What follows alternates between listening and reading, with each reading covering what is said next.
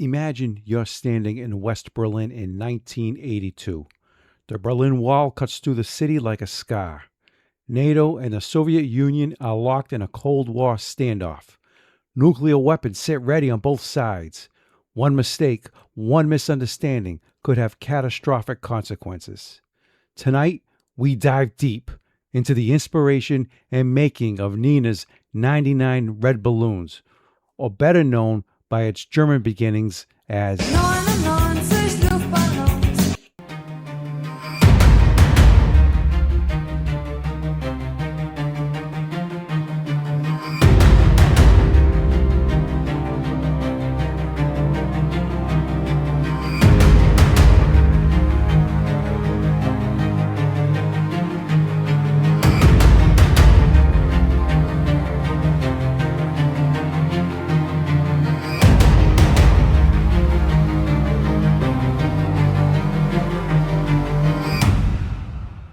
Welcome all to another deep dive episode where our channel researcher, Danny the Diver, digs up important facts on a track from our upcoming show. Before we get started, please give us a thumbs up, subscribe to the channel, and hit the bell for future notifications. Hello, Danny. Johnny, what are you doing? I believe he is blowing up a balloon. That's really not necessary, Johnny. Son of a bitch! Hey, serves you right. This is not a clown show.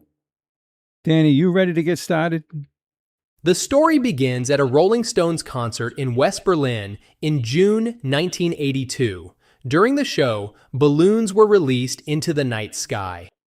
Rock stars releasing balloons seems harmless enough. To most people, yes. But musical group Nena guitarist Carlo Carges watched those balloons drift toward the horizon, toward East Germany and the Berlin Wall.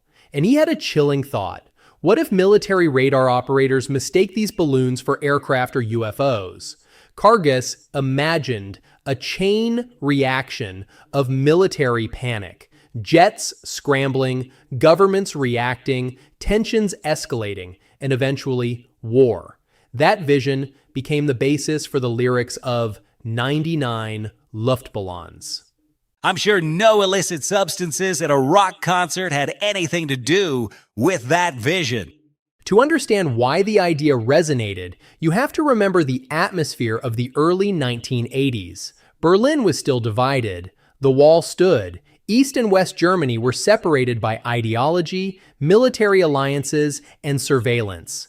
Many people genuinely feared that a misunderstanding could trigger a larger conflict. The song taps into that anxiety, the fear that ordinary people could get caught in the machinery of military escalation. So that's the song's story? Fear of misunderstanding?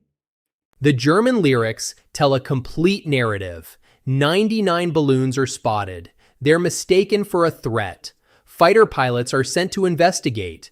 Military leaders overreact. A devastating war follows. In the end, the world is left in ruins, and a lone balloon drifts through the aftermath. So the balloons aren't the danger is people overreacting to them. That's the core message. Nena later emphasized that the song was intended as a peace song, not partisan politics or a warning about misunderstanding and escalation. Here's a fact many listeners don't know. The English version is not a direct translation of the German original.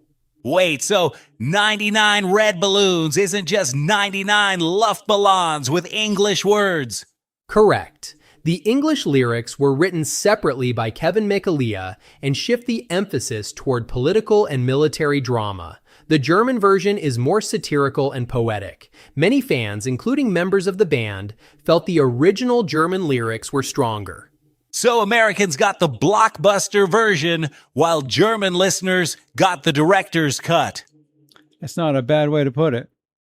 This is the part that surprises most people. In the United States, the German language version was the big hit.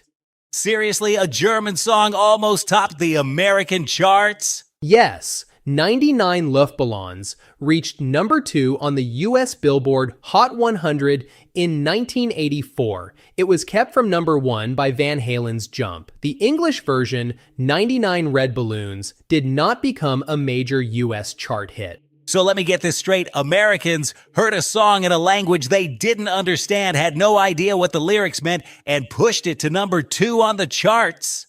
That's right, Johnny. Well, that explains a lot about America.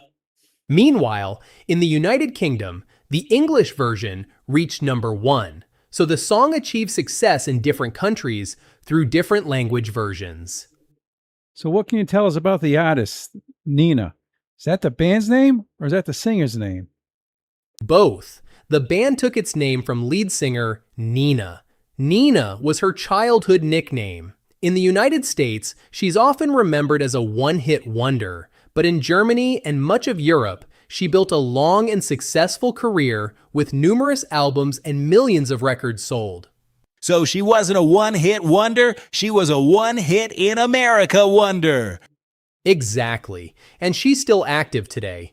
Decades later, she continues to perform 99 Luftballons, often closing her concerts with it. She has said she sees the song as a message of peace and unity. Musically, it's catchy new wave pop, but emotionally, it captures a specific historical fear that ordinary mistakes can become extraordinary disasters. That theme remains relevant. The Cold War ended, but the idea of miscommunication, overreaction, and escalation still resonates today. And to think it all started with balloons at a concert. That's the remarkable part. A harmless visual at a Rolling Stones show became the spark for one of the most memorable anti-war songs of the 1980s. Fascinating story, Danny. Thank you. If you enjoyed this deep dive into 99 Red Balloons, be sure to like, subscribe, and ring the bell for more music history from the Senior Spinner Show. And remember, folks, if you ever release 99 balloons at a rock concert, make sure your neighbors aren't armed with fighter jets. Wise advice, Johnny. Until next time, keep spinning. Crispy, I think I got a particle of that balloon in my eye. I'll check it out.